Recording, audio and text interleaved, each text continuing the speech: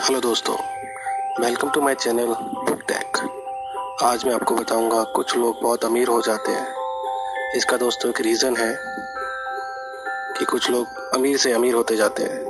अगर आप भी इस बात को फॉलो करेंगे तो आप भी अमीर बन सकते हैं, वो भी लंबे समय, मतलब अमीर से अमीर और भी अमीर बन सकते हैं। आइए दोस्तों, इसे समझते हैं। फाइनेंशियल लिटरेसी, इसका मतलब है एसेट एंड लायबिलिटी को डिफरेंस को समझना। एसेट एंड लायबिलिटी जो हमने कॉमर्स में पढ़ा है उससे बहुत अलग है। एसेट को हम इजी लैंग्वेज में बोले तो एसेट का मतलब है कोई भी ऐसी चीज जो आपकी इनकम बढ़ा दे, आपको पैसा बना कर दे, आपके जेब में पैसा लाए, वो एसेट है। वहीं दूसरी ओर लायबिलिटी वह है जो आपके पैसा जेब से पैसा खर्च कराए, आपके जेब से पैसा मतलब पॉकेट से पैसा निकलवाए, वही लायबिलिटी है।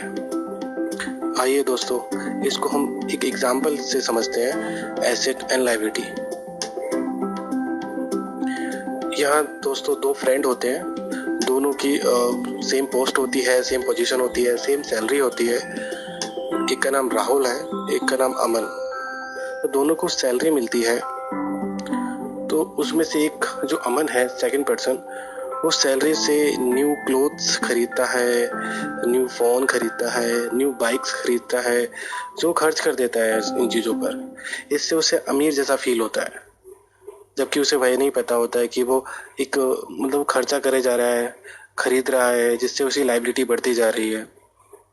वो भी कंटिन्यू बेसिस पे लायबिलिटी बढ़ती जा रही है, क्योंकि कंटिन्यू बेसिस का खर्च कराएगी। बाइक की सर्विस कराना, ये कंटिन्यू बेसिस पे खर्चा कराना। वहीं दूसरी ओर राहुल है, वह यही सारी चीज़ें तब खरीदता है जब उसे बहुत ज़्यादा ज़रूरी हो। वह पैसा जमा करता है, पैसों से एसेट खरीदता है, रियल एस्टेट, बॉन्ड्स, स्टॉक खरीदता है। राहुल का पैसा होता है जिससे वो खुश रहता है, और वहीं अमन का पैसा खत्म खर्च हो जाता है जिससे वह दुखी रहता है, परेशान रहता है। वहीं दूसरी ओर कुछ सालों बाद राहुल बहुत करोड़पति बन जाता है।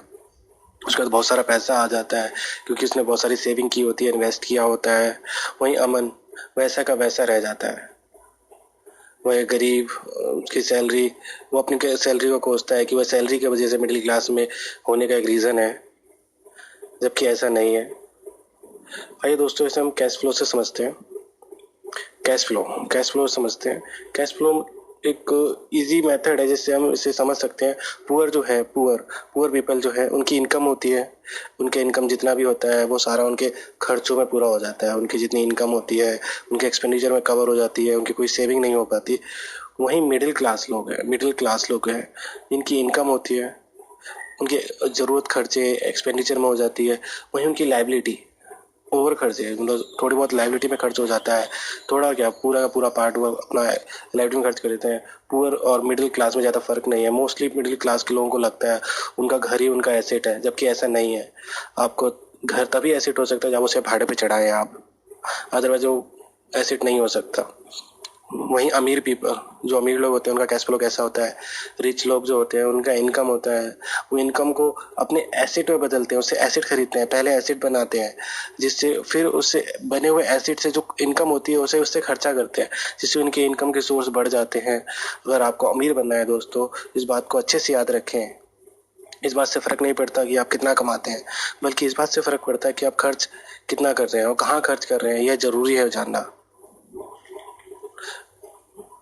शिफ्ट हमें एक थिंकिंग को चेंज करना पड़ेगा, shift from consumer thinking to investor mentality. आपको कंज्यूमर की सोच से बढ़कर इन्वेस्टर की सोच में आना पड़ेगा, जिससे कि इनकम आपकी बढ़ जाए। ज़्यादातर जैसे इनकम होती है उससे पैसा खर्च हो जाता है। दोस्तों, अगर आपको वीडियो अच्छी लगी है तो प्लीज़ लाइक करें, कमेंट करें, सब्सक्राइब करें। मैं और भी अच्छी अच्छी वीडियो आगे लाता रहूँगा।